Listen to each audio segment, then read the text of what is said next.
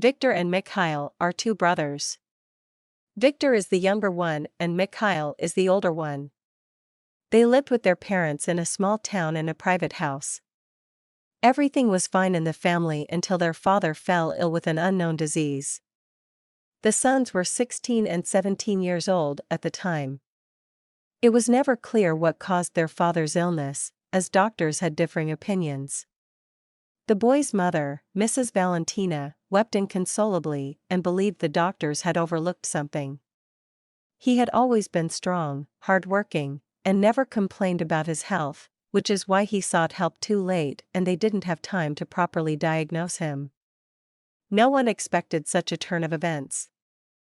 The boys were left without a father. They somehow finished school, though it was difficult. The boys were quite unruly and only listened to their father, who was strict with them, while Valentina usually took pity on them. They got used to the idea that they could get away with anything with her. One by one, they went to the army. After his service, the older brother, Mikhail, quickly got married. The day after he returned, he went out with friends to celebrate and met his love, Ludmila. She was a good and decent girl until she met Mikhail. He had started drinking. At first, Ludmila scolded him and tried to get him to stop, but to no avail. He would drink, then not drink. When he wasn't drinking, he was wonderful. Ludmila hoped her husband would change. She tried to be his friend, to understand him, and had long conversations with him. She read some psychology books that blamed the wife, saying that a good husband wouldn't drink. Therefore, she thought she was the cause, and he would sit her down at the table and pour her a drink. So, she started keeping him company. Life became more festive. All this happened right under the nose of Mrs. Valentina. She was the only one working properly while the young ones partied. They got by with odd jobs in between. Victor returned from the army. They all started partying together. Their mother didn't know what to do and was at her wits' end. She even went to see a witch doctor. The old woman gave her some herbs, telling her to add them to soup. Mrs. Valentina, though an educated woman, was desperate enough to believe in the old woman's remedies. She boldly added a generous portion of the powdered mixture, which smelled like a blend of dried nettle and wormwood. She feared they would notice the bitterness from the wormwood, whether it was there or not. Just in case, she cooked a rich soup with plenty of bay leaves. They had lunch, and a couple of hours later, they were all struck with severe stomach pains and diarrhea. Mikhail suffered the most and was bedridden. Valentina was distraught and blamed herself for trusting the old woman. She didn't tell the children about the herbs and blamed the meat she bought at the store, saying it was full of chemicals. Regardless, peace returned to the house. No one drank or partied. They treated themselves with chicken broth and strong tea with bagels. Everything cleared up in a day, as if it had never happened. Whether it was this incident or something else, but from that point on, Victor didn't touch alcohol. He moved to a neighboring town, rented an apartment, and found work doing repairs with a crew. At first, he was just helping out, doing odd jobs. Later, he learned everything on the spot, leveling walls, plastering, laying floors, and even tiling. There was always plenty of work. Their foreman, a guy with a good business sense and intuition, handled finding clients. The crew never cheated their customers, always doing their work honestly. As a result, clients would recommend them to friends and acquaintances. Once, there was a break in their work, a short downtime. Victor decided to visit his mother and his brother with his wife for a week, to see how they were doing. Over the phone, his mother never told him much, mostly asking about him, how he was, when he would get married, if he was seeing anyone. Valentina really wanted grandchildren. She didn't talk much about Mikhail, reluctantly so. But Valentina already had a grandchild who was born a year ago. Victor had congratulated his mother and brother over the phone but couldn't visit because of work. It turned out the grandchild was born with severe developmental delays. His mother was embarrassed to talk about it and didn't want anyone to know. For strangers, it wasn't noticeable yet. The baby lay in the stroller looking like any other. But as he grew, it would become evident. Valentina was very worried. Ludmila decided to raise the child herself. She refused to give him up, although she had considered it in the hospital when the doctor announced the diagnosis. But imagining her little one abandoned, she cried all day and decided she would care for him and raise him, leaving it to God's will. To Mikhail's credit, he supported his wife. After that soup incident with the old woman's herbs, he also got his act together and found a job as a loader in a warehouse. Money was tight, especially since Ludmila wasn't working, and Valentina started complaining about her legs, struggling to go to work and planning to retire soon. And here came Victor, all successful and well off. He had been saving money, dreaming of buying his own apartment, as he was still living with 2 roommates, sharing a rented place. They all sat down at the table and started talking. Mikhail complained about having no money. Victor invited him to join him, saying he could earn good money too. "It's easy for you to say, Victor," Mikhail replied, "you're alone, but I have a wife and child. Where would I go? You should help me. Lend me some money. I'll get back on my feet and pay you back, I promise. I want to start a business. I feel I can make it." Victor thought about it. He was reluctant to part with the money he had saved with such effort. He had almost enough for the down payment on an apartment and was starting to look for one. But now, all his plans would have to change. Their mother stepped in. "Oh, Victor, help your brother. Maybe he really will succeed and lift us out of poverty. And the baby always needs something, medicine, procedures. He is your nephew. Won't you lend a hand in this tough time?" "Fine," Victor said decisively, slamming his palm on the table, causing the plates and glasses to clink. "All right, I'll give you money for my nephew and for the business. By the way, what business are you planning?" "I want to raise rabbits," Mikhail said with a smile. "It's profitable, they say. Fur and meat. We have everything we need, land, a barn. And they breed like rabbits. We'll get rich." Mikhail laughed at his own joke and patted his brother on the shoulder. "Thank you, son," said his mother as she hugged Victor. "For your kindness, you will be blessed with happiness. You'll earn even more money. You'll start a family and have a child. A healthy one."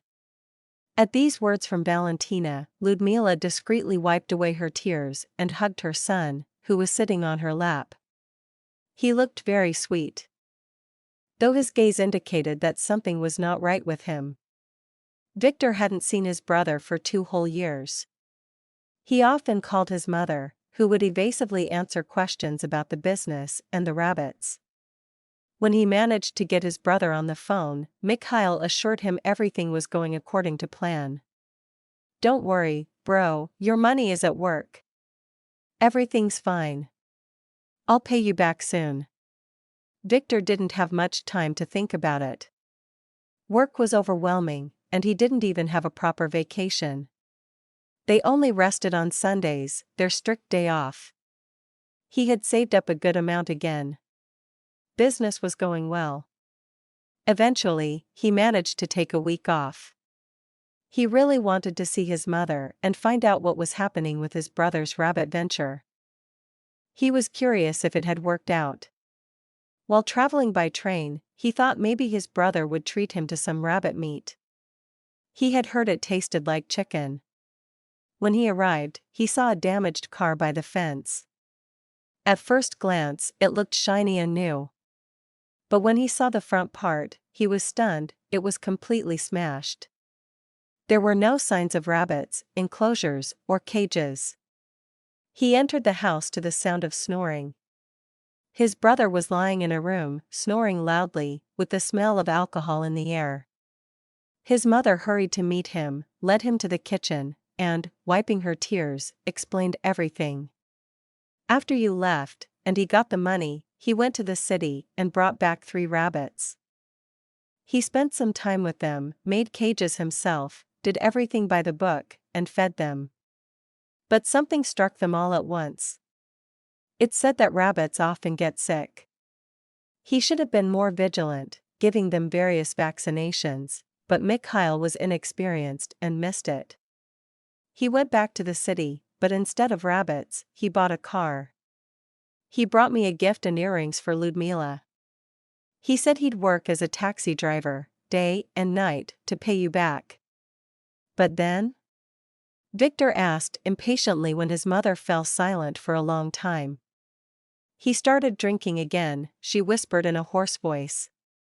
At first, Ludmila and I thought he'd stop, but he started drinking heavily all day. He wrecked the car.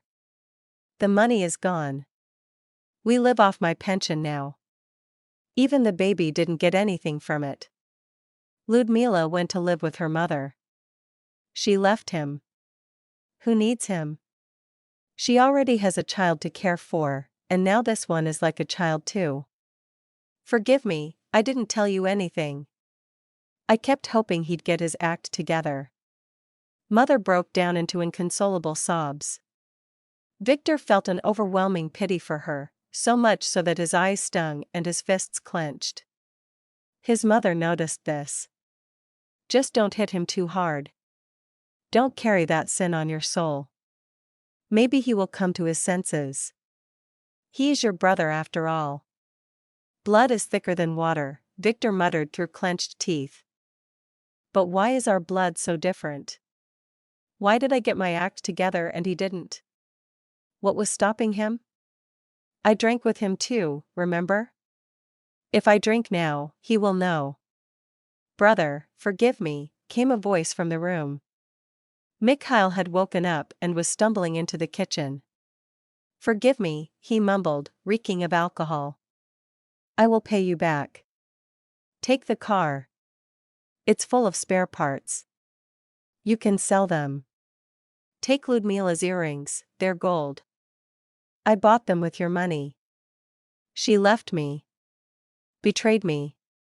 My life is hard. I have no luck. Mikhail sat down on a stool and covered his face with his hands, sobbing. Victor got up from the table and walked out of the house, not wanting to see anyone. He didn't beat Mikhail, though he felt he should. He gritted his teeth and walked away. He felt no pity for him at all. It was all his own fault. He only felt sorry for his mother. What kind of life did she have with him? A little while later, Victor bought a 2-room apartment on a mortgage, just as he had planned. He brought his mother to live with him. And Mikhail continued to drink. He never worked anywhere. His mother sent him money from her pension, constantly pleading with him to get his act together, shaming him, and lamenting over the phone. Victor didn't want to know or hear about him. He simply erased Mikhail from his life as if he had never had a brother. Initially, Valentina suggested getting Mikhail treated for his addiction. To help him somehow. But Victor declared he wouldn't lift a finger for him anymore. 2 years later, their mother passed away. Victor mourned, but he consoled himself with the thought that at least in her final years she lived in peace. He was able to provide that for her, fulfilling his duty as a son. Soon after, Mikhail also passed away. He went to the river to swim and drowned. He had continued drinking all along. Victor came to see him off, arranged everything as it should be, though modestly. The house was in his mother's name, so it now passed to him. He didn't sell it, just kept it for the time being. It turned out to be a good decision. Ludmila approached him, asking to live there, because she was cramped living with her mother and her brother's family. Her son had grown and even improved a bit. Ludmila put her whole heart into him, and it brought her happiness. She married a good man, a widower. They started living in that house. Victor decided not to sell it and transferred it to Ludmila. He was very kind-hearted. A couple of years later, Ludmila's husband began renovating the house. When he tore up the floor, he found 2 bundles of money. Ludmila and her husband were honest and split it with Victor. They invited him over, and he came to see where the treasure was found. He thought about it for a while and remembered that his mother used to say that their father had been saving money for his sons. He always put it away and was very careful with money.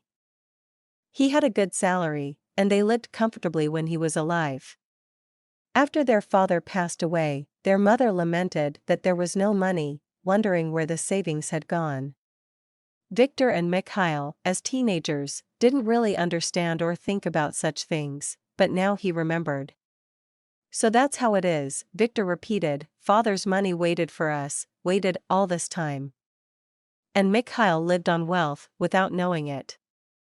It's just as well he never got his hands on it, he would have wasted it all." "Yes, he would never have started a renovation," Ludmila smiled.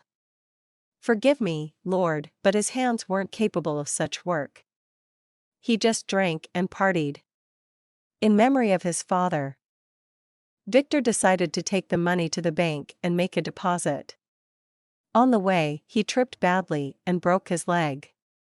A kind-hearted woman stopped to help him, called an ambulance, waited with him, and later visited and took care of him. Eventually, Victor married her. And soon, his mother's dream came true, a son was born to them. So it all worked out. It was as if his father helped Victor find his destiny from beyond the grave and supported Ludmila and her son. After all, she was his daughter-in-law. As for Mikhail, it seemed their father knew that the savings would have only harmed him.